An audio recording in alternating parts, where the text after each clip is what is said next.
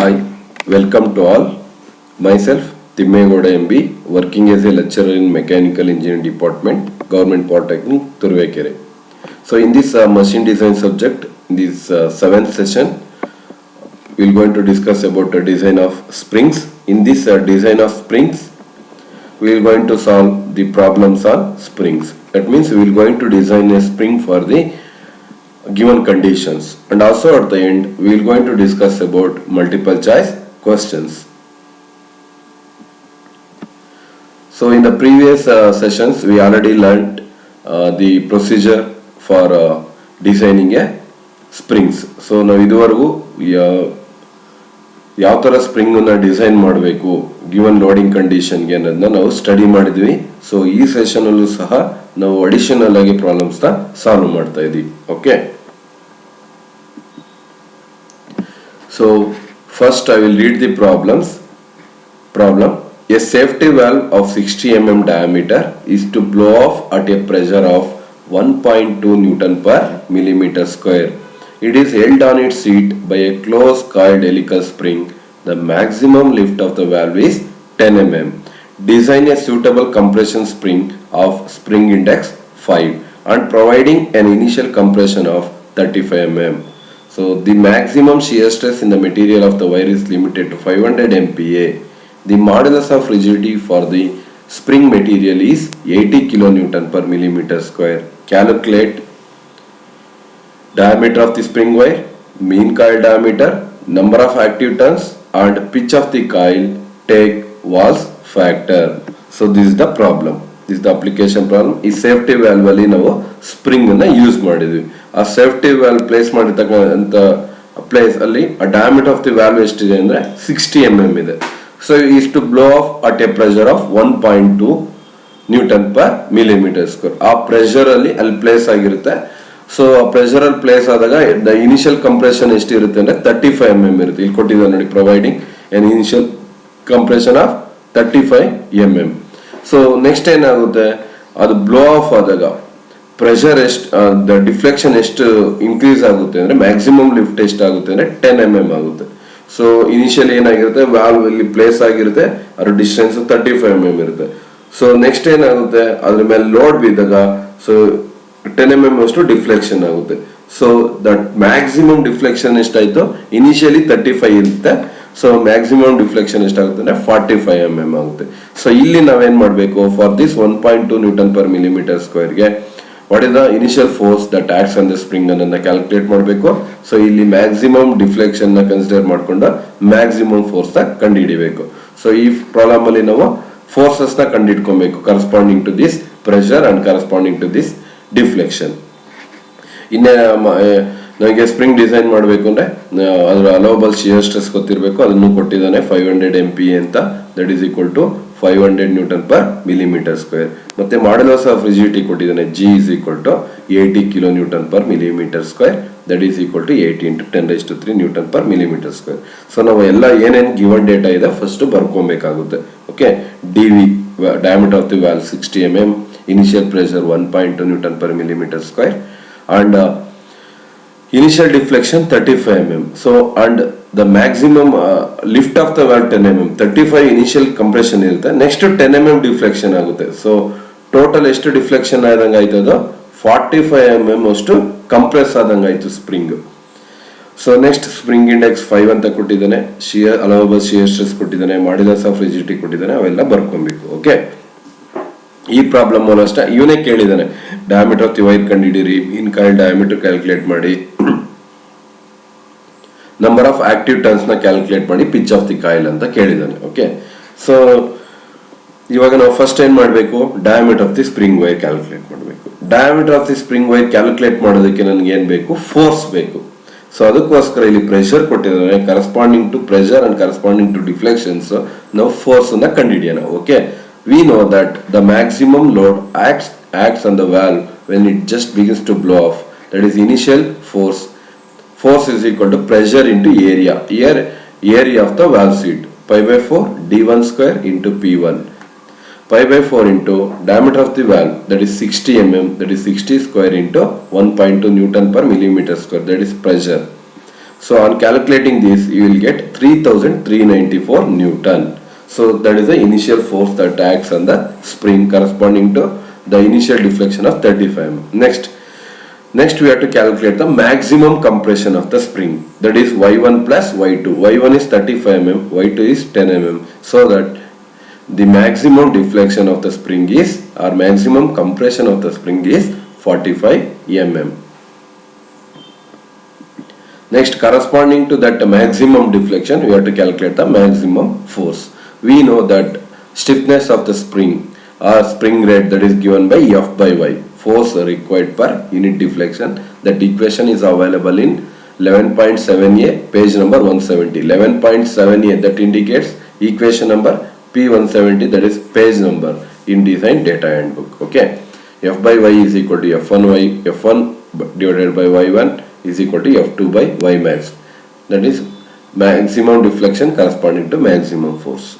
So we know that F1, that is calculated 3394, and corresponding deflection is 35 mm, that is equal to F2 by 45, maximum compression. So on calculating this, you will get 4364 Newton. So ನಾವು ಏನು ಮಾಡಿದ್ವಿ ಇವಾಗ, initial force ಮತ್ತು maximum force ಎಷ್ಟು spring ಮೇಲೆ ಬೀಳುತ್ತೆ ಅನ್ನೋದನ್ನ ಕಂಡುಹಿಡಿದಿದ್ದೀವಿ. So ಈಗ ನಮಗೆ ಲೋಡ್ ರೇಂಜ್ ಎಷ್ಟಿದೆ, 4364 ಮೈನಸ್ 3394 ಮಾಡಿದ್ರೆ ನಿಮಗೆ ಲೋಡ್ ರೇಂಜ್ ಸಿಗುತ್ತೆ. ಅವಾಗ ಅದ್ರ ಕರೆಸ್ಪಾಂಡಿಂಗ್ ಡಿಫ್ಲೆಕ್ಷನ್ ಎಷ್ಟು, 45 ಮೈನಸ್ 35. ಸೊ ಅದನ್ನ ನಾವು ಎಲ್ಲಿ ಯೂಸ್ ಮಾಡ್ತೀವಿ ಅಂದ್ರೆ, number of active coils calculate ಮಾಡಬೇಕಾದ್ರೆ ಲೋಡ್ ರೇಂಜ್ ನ ಯೂಸ್ ಮಾಡಿ ಕ್ಯಾಲ್ಕುಲೇಟ್ ಮಾಡಬೇಕಾಗುತ್ತೆ. ಸೊ ನಾವು ಇವಾಗ diameter of the spring wire ನ ಫಸ್ಟ್ ಕ್ಯಾಲ್ಕುಲೇಟ್ ಮಾಡೋಣ. We know that was stress factor, that is K is equal to 4C minus 1 divided by 4C minus 4 plus 0.615 divided by C. This equation is available in equation number 11.2a, page number 169.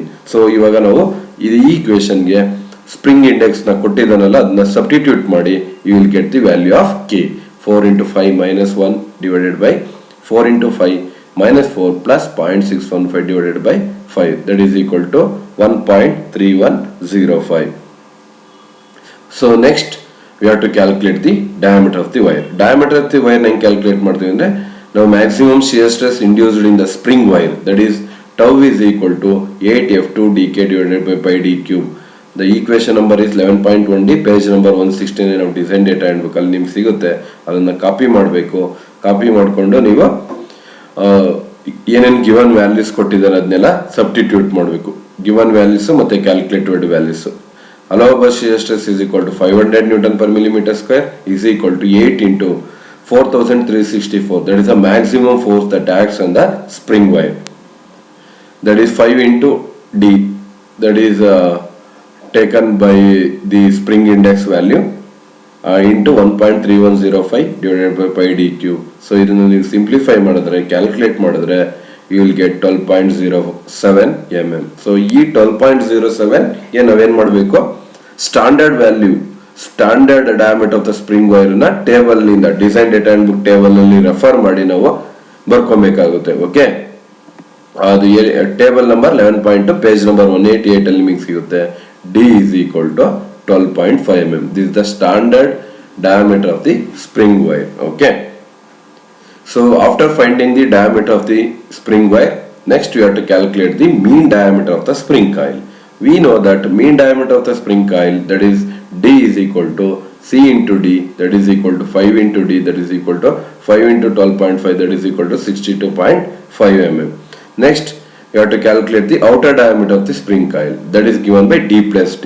So substitute ಮಾಡಿ you will get outer diameter of the coil 75 mm ಬರುತ್ತೆ. Okay, next similarly inner diameter of the spring coil ನ calculate ಮಾಡಿ, that is Di is equal to D minus D. So substitute ಮಾಡಿ mean coil diameter ಮತ್ತೆ spring coil diameter ನ you will get 50 mm. So now ಏನು calculate ಮಾಡೋದು ಅಂದ್ರೆ, mean diameter of the spring coil calculate ಮಾಡಿದ್ವಿ, outer diameter of the spring coil calculate ಮಾಡಿದ್ವಿ, ಮತ್ತೆ inner diameter of the spring coil ನ calculate ಮಾಡಿದ್ವಿ. Okay, next number of turns of the coil ನ calculate ಮಾಡೋಣ. Number of active coils in the spring. We know that the number of active turns of the coil is given by I is equal to yg to the power of 4 divided by 8 ft cube. So equation number is 11.6. You will get it in page number 170. Okay, ಈಗ substitute ಮಾಡಿ. So deflection is 10 mm, that is the load range. So 3000 ಇಷ್ಟು load 3394 ಮತ್ತೆ 4364. ಇಲ್ಲಿ 4364 minus 3394 ನ minus ಮಾಡಿದ್ರೆ you will get 970 Newton. ಆ 970 ಗೆ deflection ಎಷ್ಟು 10 mm, because maximum deflection is 45 ಮತ್ತೆ ಇನಿಷಿಯಲ್ ಡಿಫ್ಲೆಕ್ಷನ್ 35, ಮೈನಸ್ ಮಾಡಿದ್ರೆ ವಿಲ್ ಗೆಟ್ 10 ಬರುತ್ತೆ. 10 mm, that is the deflection corresponding to 970 newton load. Okay, into G 84 into 10 raised to 3 into 12.5 to the power of 4, that is the diameter of the spring wire, divided by 8 into 970 into 62.5 cube. So ಇದನ್ನು calculate ಮಾಡಿದಾಗ you will get 10.82, that is equal to 11 coils. So ಇಲ್ಲಿ ಈ spring ಇಲ್ಲಿ ಈ ಪ್ರಾಬ್ಲಮ್ಗೆ ನಮಗೆ 11 coils ಬೇಕಾಗುತ್ತೆ, active coils ಆ ಲೋಡನ್ನ restart ಮಾಡ್ಕೊಳ್ಳೋದಕ್ಕೆ. So next, after finding the active coils ನಾವು ಇನ್ಆಕ್ಟಿವ್ ಕಾಯಿಲ್ಸ್ ನ ಅಸ್ಯೂಮ್ ಮಾಡಿಕೊಂಡು ಟೋಟಲ್ ನಂಬರ್ ಆಫ್ ಕಾಯಿಲ್ಸ್ ನ ಕ್ಯಾಲ್ಕುಲೇಟ್ ಮಾಡ್ತೀವಿ. ಸೊ ಇನ್ಆಕ್ಟಿವ್ ಕಾಯಿಲ್ಸ್ ಎಷ್ಟು ಅನ್ನೋದು ನಮಗೆ ಟೇಬಲ್ 11.4 ಪೇಜ್ ನಂಬರ್ 189 ಅಲ್ಲಿ ಅವೈಲಬಿಲಿಟಿ ಇದೆ. ಡೇಟಾ ಅಂಡ್ ಬುಕ್ ರೆಫರ್ ಮಾಡಿಕೊಂಡು ನಾವು ಇನ್ಆಕ್ಟಿವ್ ಕಾಯಿಲ್ಸ್ ನ ಅಸ್ಯೂಮ್ ಮಾಡಿಕೊಂಡು, ಇನ್ಆಕ್ಟಿವ್ ಕಾಯಿಲ್ಸ್ ನ ಹೆಂಗ್ ಅಸ್ಯೂಮ್ ಮಾಡ್ಕೋಬೇಕು ಅಂದ್ರೆ ನಾವು ಯಾವ ರೀತಿ ಎಂಡ್ ಕನೆಕ್ಷನ್ಸ್ ನ ಸ್ಪ್ರಿಂಗ್ ನ ಯಾವ ರೀತಿ ಎಂಡ್ ಕನೆಕ್ಷನ್ ಮಾಡ್ತೀವಿ ಅನ್ನೋದ್ರ ಮೇಲೆ ನಾವು ಅಸ್ಯೂಮ್ ಮಾಡ್ಕೋಬೇಕಾಗುತ್ತೆ. ಇಯರ್ ನಾನಿಲ್ಲಿ squared and ground ends assume ಮಾಡ್ಕೊಂತ ಇದ್ದೀನಿ. Therefore the total number of coils is equal to I plus 2. Therefore IT is equal to 11 plus 2, that is equal to 13 coils. So ಅಂದ್ರೆ total number of coils ಎಷ್ಟು ಬೇಕು, 13 ಬೇಕಾಗುತ್ತೆ. Okay, next you will going to calculate the free length of the spring, that is calculated by using the equation that is available in table 11.4 page number 189, that is ITD plus Y plus A. ITD, that is solid length, maximum deflection plus 15% of maximum deflection, that is clearance. Substitute ಮಾಡಿ 13 into 12.5 plus 45, that is maximum deflection, into 0.15 into 45. So ಇದನ್ನು calculate ಮಾಡಿದಾಗ you will get L0 is equal to 214.25 mm ಬರುತ್ತೆ. That is the free length of the spring. Next we have to calculate the pitch of the coil. So pitch of the coil is equal to free length divided by IT minus 1. Free length calculate ಮಾಡಿದೀವಿ 214.25 divided by 13.1. So that is equal to 17.85 mm. This is the pitch of the coil. So ಇವಾಗ ನಾವು diameter of the spring wire ಕಂಡುಹಿಡಿದು, mean coil diameter ಕಂಡುಹಿಡಿದು, free length ಕಂಡುಹಿಡಿದು, pitch of the coil ನ ಕಂಡುಹಿಡಿದಿದ್ದೀವಿ. Okay, so next, this is the another problem. A spring loaded safety valve for a boiler is required to blow at a pressure of 1.3 Newton per millimeter square. The diameter of the valve is 65 mm and the maximum lift of the valve is 175 mm. Design suitable compression spring for the valve. Assume spring index to be 6 and provide initial compression of 30 mm. The maximum shear stress in the material of the wire is limited to 450 Newton per millimeter square and modulus of rigidity is 0.8 into 10 raised to 5 Newton per millimeter square. So ಇಲ್ಲೂ ಅಷ್ಟೇ ನಾವೆಲ್ಲ given ಡೇಟಾನ capture ಮಾಡ್ಕೊಳ್ಳೋಣ. Given data ಎಲ್ಲ ಬರ್ಕೊಂಡು next ನಾವು solution ಕಂಡುಹಿಡಿಬೇಕಾಗುತ್ತೆ. This problem is similar to previous problem, but ಏನು ಅಂದ್ರೆ ಸಮ್ ವ್ಯಾಲ್ಯೂಸ್ ಮಾತ್ರ ಚೇಂಜ್ ಮಾಡಿದ್ದಾರೆ. ಓಕೆ, ಸೊ ಇಲ್ಲೂ ಅಷ್ಟೇ ನಾವು ಏನ್ ಮಾಡಬೇಕು, ಡಯಾಮೀಟರ್ ಆಫ್ ದಿ ವ್ಯಾಲ್ವ್ ಕೊಟ್ಟಿರೋದ್ರಿಂದ ಮತ್ತೆ ಪ್ರೆಷರ್ ಕೊಟ್ಟಿರೋದ್ರಿಂದ ಫೋರ್ಸ್ ಆಕ್ಷನ್ ಅಂದ್ರೆ ಸ್ಪ್ರಿಂಗ್ ಕಂಡುಹಿಡಿಬೇಕು. ಮತ್ತೆ ಇಲ್ಲಿ maximum lift of the valve 175 ಕೊಟ್ಟಿದ್ದಾನೆ, that is Y2 and initial compression 30 mm ಕೊಟ್ಟಿದ್ದಾನೆ, ದಟ್ ಇಸ್ Y1. ಸೊ ಇದರಿಂದ ಏನ್ ಸಿಗುತ್ತೆ ನಮಗೆ, maximum deflection or maximum compression of the spring ಸಿಗುತ್ತೆ. ಅದರಿಂದ ಮ್ಯಾಕ್ಸಿಮಮ್ ಫೋರ್ಸ್ ನ ಕಂಡುಹಿಡಿಬಹುದು. ಆ ಮ್ಯಾಕ್ಸಿಮಮ್ ಫೋರ್ಸ್ ಕಂಡುಹಿಡಿದು ನಮ್ಗೆ ಏನ್ ಸಿಗುತ್ತೆ, ಫೋರ್ಸಸ್ ಸಿಗುತ್ತೆ. ಅದರಿಂದ diameter of the spring wire ಕಂಡುಹಿಡಿತೀವಿ. Next mean diameter, active coils, inactive coils ನ ಕಂಡುಹಿಡಿತೀವಿ. ಸೊ ಫಸ್ಟ್ ಈ ಪ್ರಾಬ್ಲಮ್ ಅಲ್ಲಿ ಏನ್ ಮಾಡಬೇಕು, ಸಿಮಿಲರ್ ಟು ಪ್ರೀವಿಯಸ್ ಪ್ರಾಬ್ಲಮ್ ನಾವು ಫೋರ್ಸಸ್ ನ ಕಂಡುಹಿಡಿಬೇಕು and then we have to calculate the diameter of the wire. Okay, so this the given data. Diameter of the valve 65 mm, initial pressure 1.3 Newton per millimeter square and maximum Okay, lift of the valve 175 mm, spring index 6, initial compression 30 mm, shear stress that is 450 Newton per millimeter square, and modulus of rigidity 0.8 into 10 raised to 5 Newton per millimeter square. So next ಏನು ಮಾಡಬೇಕು ನಾವು force ನ ಕಂಡುಹಿಡಿಬೇಕು. First diameter of the spring wire, in that ನಾವು force maximum load acts on the valve ಕಂಡುಹಿಡಿಬೇಕು. That is F1 is equal to pi by 4 into dv square into P1, that is force is equal to pressure into area into pressure, area of the valve and the pressure acts on the valve. So now substitute ಮಾಡಿ pi by 4 into 65 square into 1.3, you will get 4313.79 Newton as to force ಬರುತ್ತೆ. That is the load acts on the valve. Okay, next there is the initial load. Next we have to calculate the maximum compression of the spring. So ಅಲ್ಲಿ initial compression 30 mm ಕೊಟ್ಟಿದ್ದಾನೆ, ಮತ್ತೆ maximum ಅಲ್ಲಿ lift ಎಷ್ಟಾಗುತ್ತೆ value 175 mm ಅಂತ ಕೊಟ್ಟಿದ್ದಾನೆ. So therefore maximum compression, that is maximum deflection of the spring wire is 205 mm ಆಗುತ್ತೆ. Okay, so ಈ 205 mm ಗೆ ನಾವು ಲೋಡ್ ಕಂಡುಹಿಡಿಬೇಕು. What is the maximum load that acts on the spring wire that is subjected to 205 mm deflection. So we know that the spring rate, that is F0 is equal to F by Y is equal to F1 Y divided by Y1, F2 by Y max. So initial force ಎಷ್ಟಿತ್ತು 4313.79 divided by initial compression 30 mm, that is equal to F2 by 205. So therefore in the simplify ಮಾಡಿದ್ರೆ you will get 29.48 into 10 raised to 3 Newton. So ಇವಾಗ ನಾವು initial load ಮತ್ತೆ maximum load ಎಷ್ಟು ಅನ್ನೋದನ್ನ ಕಂಡುಹಿಡಿದಿದ್ದೀವಿ. Okay, initial load 30 mm ಡಿಫ್ಲೆಕ್ಷನ್ಗೆ 4313.79 newton apply ಆಗುತ್ತೆ. So for 205 mm ಡಿಫ್ಲೆಕ್ಷನ್ಗೆ 29.48 into 10 raised to 3 ನ್ಯೂಟನ್ ಅಷ್ಟು ಫೋರ್ಸ್ ಅಪ್ಲೈ ಆಗುತ್ತೆ. ಓಕೆ, ಸೊ ಈ ಫೋರ್ಸ್ ನ ತಗೊಂಡು ನಾನು ಏನ್ ಮಾಡಬೇಕು, diameter of the spring wire ಅನ್ನ ಕಂಡುಹಿಡಿಬೇಕು. ಅದಕ್ಕಿಂತ ಮುಂಚೆ ನಾವು ಏನ್ ಮಾಡಬೇಕು, ವಾಲ್ ಸ್ಟ್ರೆಸ್ ಫ್ಯಾಕ್ಟರ್ ನ ಕಂಡುಹಿಡಿಬೇಕು. We know that K is equal to 4C minus 1 divided by 4C minus 4 plus 0.615 divided by C. So ಈ ಈಕ್ವೇಶನ್ ಎಲ್ಲಿ ಸಿಗುತ್ತೆ ನಿಮ್ಗೆ, ಈಕ್ವೇಶನ್ ನಂಬರ್ 11.2 ಪೇಜ್ ನಂಬರ್ 169 ಅಲ್ಲಿ ಸಿಗುತ್ತೆ. ಓಕೆ, ಸಬ್ಸ್ಟಿಟ್ಯೂಟ್ ಮಾಡಿ ಸ್ಪ್ರಿಂಗ್ ಇಂಡೆಕ್ಸ್ ನ 4 into 6 minus 1 divided by 4 into 6 minus 4 plus 0.615 divided by 6. So ಇದನ್ನು ನೀವು ಕ್ಯಾಲ್ಕುಲೇಟ್ ಮಾಡಿದಾಗ you will get K is equal to 1.2525 ಬರುತ್ತೆ. Okay, so next by considering the shear stress induced in the spring coil, so that is tau is equal to 8F2 dk divided by pi dq. ಇದು ಅಷ್ಟೇ ನಿಮಗೆ 11.1 equation number ಮತ್ತೆ page number 169 ಅಲ್ಲಿ ನಿಮಗೆ ಸಿಗುತ್ತೆ. ಅದನ್ನ copy ಮಾಡ್ಕೊಬೇಕು ಮತ್ತೆ ಇವಾಗ ಸಬ್ಸ್ಟಿಟ್ಯೂಟ್ ಮಾಡಬೇಕು. ಸ್ಟ್ರೆಸ್ ವ್ಯಾಲ್ಯೂಸ್ ಮತ್ತೆ ಏನೇನು ಗಿವನ್ ವ್ಯಾಲ್ಯೂಸ್ ಮತ್ತೆ ಕ್ಯಾಲ್ಕುಲೇಟೆಡ್ ವ್ಯಾಲ್ಯೂಸ್ ಇದೆ, ಸಬ್ಸ್ಟಿಟ್ಯೂಟ್ ಮಾಡಿ you will get the diameter of the spring coil. 450 is equal to 8 into 29.48 into 10 raised to 3 into 6 into D into 1.2525 divided by pi dq.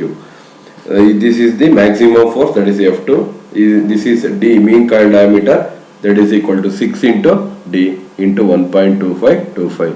So ಇದನ್ನ simplify ಮಾಡಿದ್ರೆ you will get 35.41 mm. So therefore diameter of the spring wire is 36 mm.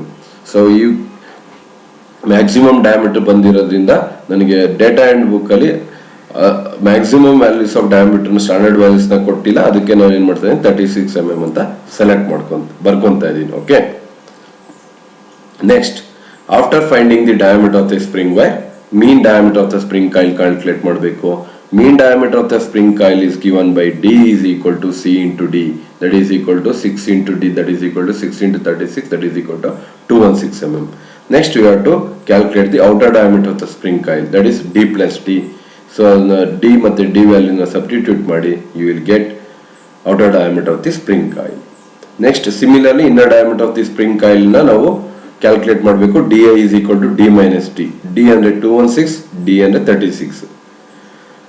So calculate ಮಾಡಿದ್ರೆ ನಿಮ್ಗೆ ಎಷ್ಟು ಬರುತ್ತೆ, 216 minus 36 is equal to 180 mm ಬರುತ್ತೆ. Okay, so mean diameter calculate ಮಾಡಿ ಆದ್ಮೇಲೆ ನಾವು ಏನ್ ಮಾಡಬೇಕು ಅಂದ್ರೆ number of active coils in the spring coil calculate ಮಾಡಬೇಕು.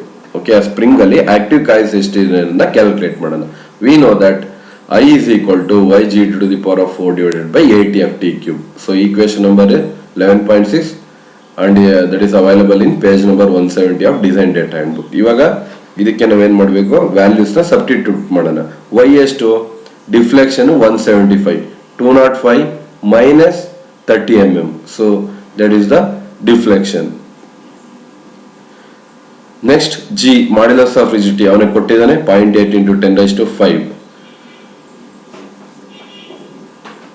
ಕೊಟ್ಟಿಲ್ಲ ಅಂದ್ರೆ ನಾವು ಅಸ್ಯೂಮ್ ಮಾಡ್ಕೊಬೇಕಾಗುತ್ತೆ 80 into 10⁵ newton per millimetre square, 84 into 10⁵ newton per millimetre square, ಆ ತರ ನಾವು ಅಸ್ಯೂಮ್ ಮಾಡ್ಕೊಬೇಕಾಗುತ್ತೆ. ಕೊಟ್ಟಿದ್ರೆ ಏನ್ ವ್ಯಾಲ್ಯೂ ಕೊಟ್ಟಿದ್ದಾರೆ ಅದನ್ನ ತಗೋಬೇಕು. Into D, diameter of the spring wire calculate ಮಾಡಿದ್ವಿ, that is 36 to the power of 4 divided by 8 into 25.17 into 10⁵, that is the force that acts on the spring into 216 cube.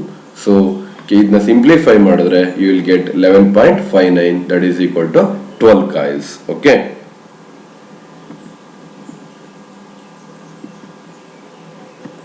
ಇಲ್ಲಿ ನಾವು ಈ 29.48 minus 4313 minus ಮಾಡಿದ್ರೆ ನಮ್ಗೆ ಈ load range ಸಿಗುತ್ತೆ. Okay, so ಇಲ್ಲಿ substitute ಮಾಡಿದೀವಲ್ಲ 25.17 into 10⁵.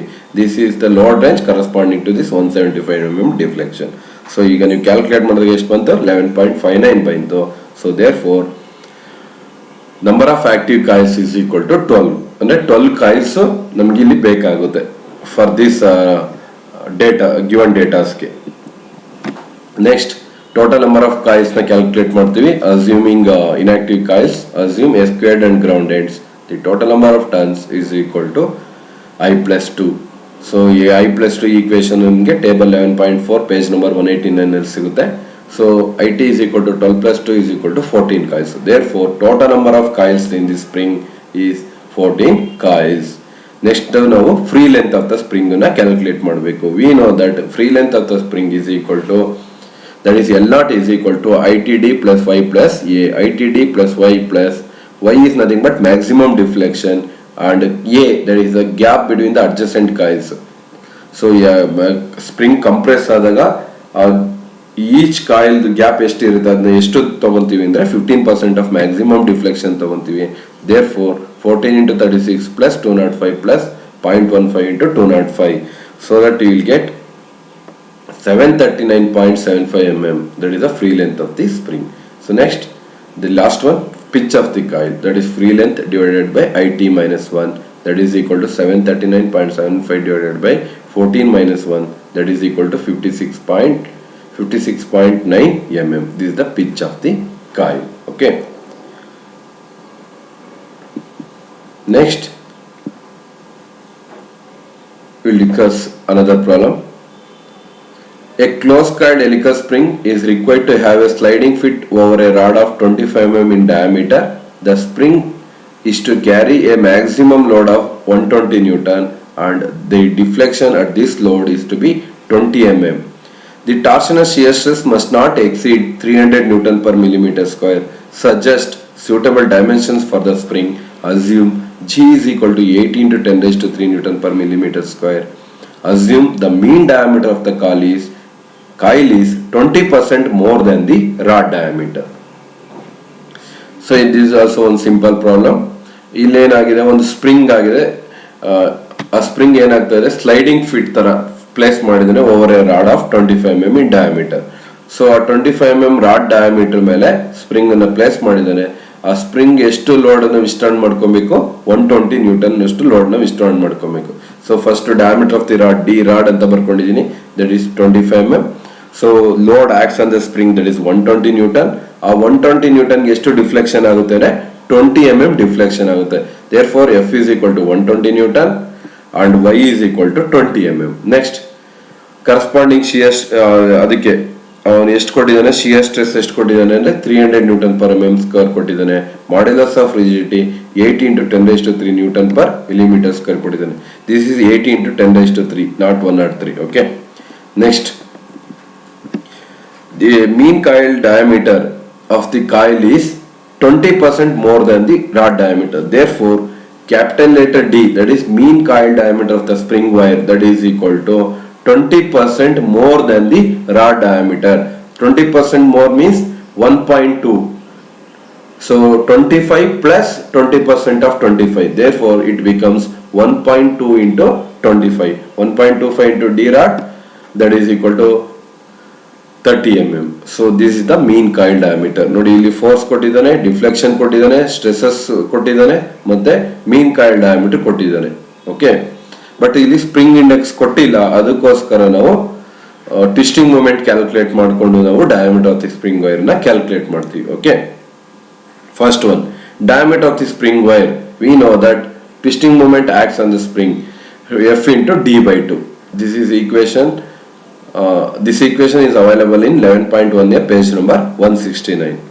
So force ಕೊಟ್ಟಿದೆ 120 Newton. Diameter of the spring coil ಕೊಟ್ಟಿದ್ದಾನೆ, mean coil diameter, that is 30 mm divided by 2. You will get 1800 Newton millimeter. Okay, we also know that twisting moment acts on the spring wire, that is pi d cube into tau divided by 16, and this equation is available in equation number 11.1b page number 169. So now twisting moment calculate ಮಾಡಿದೀವಿ by considering force into radius.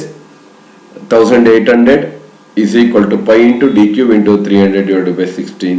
So ಇದನ್ನ simplify ಮಾಡಿದ್ರೆ, calculate ಮಾಡಿದ್ರೆ, you will get d is equal to 3.126 mm ಬಂತು. So for this 3.126 mm, select the standard value from table 11.2 page number 188 of design data handbook, so that you will get a standard value, that is 3.15 mm. So for this 3.126 mm, standard value is 3.15 mm. So for this 3.5 mm, so ಅಲ್ಲಿ ಮೀನ್ coil diameter ಕೊಟ್ಟಿರೋದ್ರಿಂದ ನಾವೇನು ಮಾಡಿದ್ವಿ, spring index calculate ಮಾಡಿದ್ವಿ ಎಷ್ಟು ಬರುತ್ತೆ ಅಂತ. That is 30 by 3.15, that is equal to 9.524 ಬರುತ್ತೆ. Okay, so next diameter of the spring wire ಕಂಡಿಡಿದ ಮೇಲೆ ನಾವು outer and inner diameter of the spring coil calculate ಮಾಡೋಣ. ಯಾಕೆಂದ್ರೆ ಆಲ್ರೆಡಿ ಮೀನ್ ಡಯಾಮೀಟರ್ ಕೊಟ್ಟಿದ್ದಾನೆ, so that is not necessary. So ಇವಾಗ outer diameter, that is D plus d, that is equal to 30 plus 3.15, that is equal to 33.15 mm. Next similarly inner diameter d minus d, that is equal to 30 minus 3.15, that is equal to 26.85 mm. Number of turns of the coil. So we know that the number of active turns of the coil is given by I is equal to ygt to the power of 4 divided by 8ft cube. So ನಾವು diameter ಮತ್ತೆ ಮೀನ್ diameter ಕಂಡಿಡಿದ ಮೇಲೆ active turns of the coil calculate ಮಾಡಬೇಕು. I is equal to ygt to the power of 4 divided by 8ft cube. So this equation is available in equation number 11.6 and in page number 170.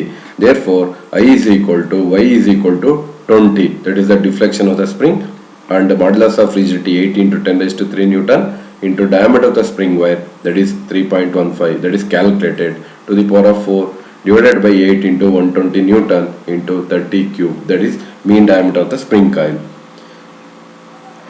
So after calculating this, you will get 6.07, therefore 7 coils.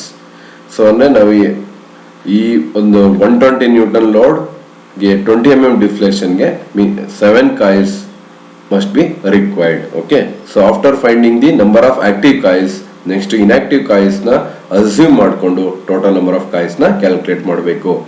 Assume a squared and ground ends, the total number of coils IT is equal to I plus 2. So this equation is available in table 11.4 page number 189. So you will get 7 plus 2, that is equal to 9 coils. So total number of coils required for this problem is 9 coils. So next, after finding the total number of coils, you have to calculate the free length of the spring. We know that the free length of the spring is given by L naught is equal to ITD plus Y plus A. Okay, so this equation is available in table 11.4 page number 189 of design data handbook. Okay, ITD, that is solid length plus maximum deflection, and the clearance is taken as 15% of maximum deflection. So 9 coils into 3.15, that is the diameter of the spring wire, that is calculated, plus 20 is the deflection into 0.1520, you will get 51.35 mm. Next, after finding the free length of the spring, you have to calculate the pitch of the coil, that is the last one. We know that pitch of the coil, that is P is equal to free length divided by IT minus 1, that is equal to 51.35 divided by 9 minus 1, that is equal to 6.42 mm. Okay, this is the pitch of the coil. Okay, now ಏನು ಕಂಡುಹಿಡಿದು diameter of the spring wire ಕಂಡುಹಿಡಿದು mean coil diameter ಕಂಡುಹಿಡಿದು next ಅದಾದ್ಮೇಲೆ active coils, inactive coils and total number of coils and free length of the spring, and at the end we have calculated pitch of the coil. So ಇಷ್ಟು ನಾವು solve ಮಾಡಿದ್ರೆ complete spring ನ design ಮಾಡ್ದಂಗೆ ಆಗುತ್ತೆ. Okay, next ನಾವು ಈಗ multiple choice questions ನ discuss ಮಾಡೋಣ. Okay, first one, pitch of the coil is calculated by. Pitch of the coil ನ ಯಾವ ಫಾರ್ಮುಲಾ ಯೂಸ್ ಮಾಡಿ ಕ್ಯಾಲ್ಕುಲೇಟ್ ಮಾಡ್ತೀವಿ? Options A P is equal to free length divided by IT minus 1, P that is equal to solid length divided by IT minus 1, and C both A and B, D none of the above. So ನಾವು pitch of the coil ನ ಯಾವ equation use ಮಾಡಿ calculate ಮಾಡ್ತೀವಿ ಅದನ್ನ select ಮಾಡ್ಕೊಬೇಕು. Okay, next one, find the mean coil diameter of a helical compression spring if a load of 1200 Newton is applied on the spring. Spring index is 6 and Y diameter is 7 mm. So ಇಲ್ಲಿ mean coil diameter calculate ಮಾಡಬೇಕು. For A load of 1000 Newton, spring index ಕೊಟ್ಟಿದ್ದಾನೆ, Y diameter ಕೊಟ್ಟಿದ್ದಾನೆ. So options ಯಾವ ಕೊಟ್ಟಿದ್ದಾನೆ ನೋಡೋಣ. 7/6 mm, 42 mm, 1200 into 6/7 mm, none of the listed. So it is very easy. So mean coil diameter is calculated by using D is equal to C into D, spring index into Y diameter, and multiply ಮಾಡಿದ್ರೆ we will get the answer. Next, find total number of coils in a spring having square and ground ends. Deflection in the spring is 6 mm when the load of 1100 Newton is applied. Modulus of rigidity is 81,370 Newton per millimeter square. Y diameter and mean diameter are 10 mm and 50 mm respectively. ಇಲ್ಲಿ ನಾವು total number of coils calculate ಮಾಡಬೇಕು. So total number of coils calculate ಮಾಡಬೇಕು ಅಂದ್ರೆ ನಾವು I is equal to ಒಂದು formula ಇದೆ, ಆ formula use ಮಾಡಿ ಕ್ಯಾಲ್ಕುಲೇಟ್ ಮಾಡಬೇಕು. ಫಸ್ಟ್ ಆಪ್ಷನ್ಸ್ ನೋಡಿ, A 7 ಕೊಟ್ಟಿದ್ದಾನೆ, B 6 ಕೊಟ್ಟಿದ್ದಾನೆ, C 5 ಕೊಟ್ಟಿದ್ದಾನೆ, D 4 ಕೊಟ್ಟಿದ್ದಾನೆ. ಸೊ ಈ ಪ್ರಾಬ್ಲಮ್ಗೆ ನಾವು ಏನ್ ಮಾಡಬೇಕು? ಈಕ್ವೇಶನ್ಸ್ ಯೂಸ್ ಮಾಡಬೇಕಾಗುತ್ತೆ. I is equal to yg to the power of 4 divided by 8ft cube. ಅದರಿಂದ ನಮಗೆ ನಂಬರ್ ಆಫ್ ಆಕ್ಟಿವ್ ಕಾಯಿಲ್ಸ್ ಬರುತ್ತೆ. ಇಲ್ಲಿ ಏನ್ ಕೇಳಿದಾನೆ? Find the total number of coils in a spring having square and ground ends ಅಂತ ಕೊಟ್ಟಿದ್ದಾನೆ. Square and ground ಎಂಡ್ಸ್ಗೆ inactive coils ನ ಅಸ್ಯೂಮ್ ಮಾಡಿಕೊಂಡು ಅದನ್ನ ಆಡ್ ಮಾಡಿದ್ರೆ ನಿಮ್ಗೆ ಇಲ್ಲಿ ಸೊಲ್ಯೂಷನ್ ಸಿಗುತ್ತೆ. ಇಟ್ ಇಸ್ ಎಲ್ಲ ಗಿವನ್, ಎಲ್ಲ ಕೊಟ್ಟಿದ್ದಾನೆ. Y ಕೊಟ್ಟಿದ್ದಾನೆ, ದಟ್ ಇಸ್ ಡಿಫ್ಲೆಕ್ಷನ್ ಕೊಟ್ಟಿದ್ದಾನೆ 6 mm, G ಕೊಟ್ಟಿದ್ದಾನೆ, modulus of rigidity, diameter of the mean coil diameter ಕೊಟ್ಟಿದ್ದಾನೆ, YGD to the power of 4 divided by 8ft cube. So ಡಯಾಮೀಟರ್ನು ಕೊಟ್ಟಿದ್ದಾನೆ, Y ಡಯಾಮೀಟರ್ನು ಕೊಟ್ಟಿದ್ದಾನೆ. ಆ ಈಕ್ವೇಶನ್ಗೆ ಸಬ್ಸ್ಟಿಟ್ಯೂಟ್ ಮಾಡಿ I is equal to YGD to the power of 4 divided by 8ft cube. ಅದಕ್ಕೆ ನಾವು ಇನ್ಆಕ್ಟಿವ್ ಕಾಯಿಲ್ಸ್ ಆಡ್ ಮಾಡಿದ್ರೆ ನಿಮಗೆ ಆಕ್ಟಿವ್ ಕಾಯಿಲ್ಸ್ ಬರುತ್ತೆ. So next, following are end styles of helical compression springs: plain ends, plain and ground ends, square and ground ends, all of the above. So ಯಾವ ತರ end styles of helical springs ಇರುತ್ತೆ ಅಂತ ನೀವು ಇಲ್ಲಿ choose ಮಾಡ್ಕೊಬೇಕು. Next one, the length of one coil in the spring. One coil length ಎಷ್ಟಿರುತ್ತೆ? πd ಇರುತ್ತಾ, ಇಲ್ಲ 2πd ಇರುತ್ತಾ, ಇಲ್ಲ πd/2 ಇರುತ್ತಾ, πd/4 ಇರುತ್ತಾ? It's very simple. Next one, what will be the value of was stress factor K when spring index is 5? So spring index 5 ಇದ್ದಾಗ K value ಎಷ್ಟು ಇರುತ್ತೆ? ಆ K ವ್ಯಾಲ್ಯೂ ಆಪ್ಷನ್ಸ್ ಕೊಟ್ಟಿದ್ದಾನೆ 1.31, 1.22, 1.25, 1.52. ನಮಗೆ ಗೊತ್ತಿದೆ formula, K is equal to 4C minus 1 divided by 4C minus 4 plus 0.615 divided by C. ಆ ಈಕ್ವೇಶನ್ಗೆ 5 ನ substitute ಮಾಡಿದ್ರೆ we'll get the answer. Okay. Next, solid length in a spring is given by ITD, IT capital letter D, IT plus Y, none of the above. So solid length ಯಾವ formula use ಮಾಡಿ calculate ಮಾಡ್ತೀವಿ ಅಂತ choose ಮಾಡ್ಕೋಬೇಕು. Okay, so next, spring rate is given by F0 is equal to F, Y by F, F0 is equal to Y by D, F0 is equal to F by Y, none of the above. So spring rate is defined as ಅಂತ ನೀವು ಓದಿದ್ದೀರಾ. So ಅದು related formula ನೀವು choose ಮಾಡ್ಕೋಬೇಕು. Okay, so for these multiple choice questions, these are all the answers. For first it is A, for 2 it is B, for 3 it is A, for 4 it is D, for 5 it is A, for 6 it is A, for 7 it is A, and 8 the option is C. Okay, so ನೀವು ನಿಮ್ಮ answers ನ ಇದ್ರ ಜೊತೆ ಇವಾಗ compare ಮಾಡ್ಕೊಳ್ಳಿ. Okay, So these are all the references I have used for preparing these slides. Okay, thank you.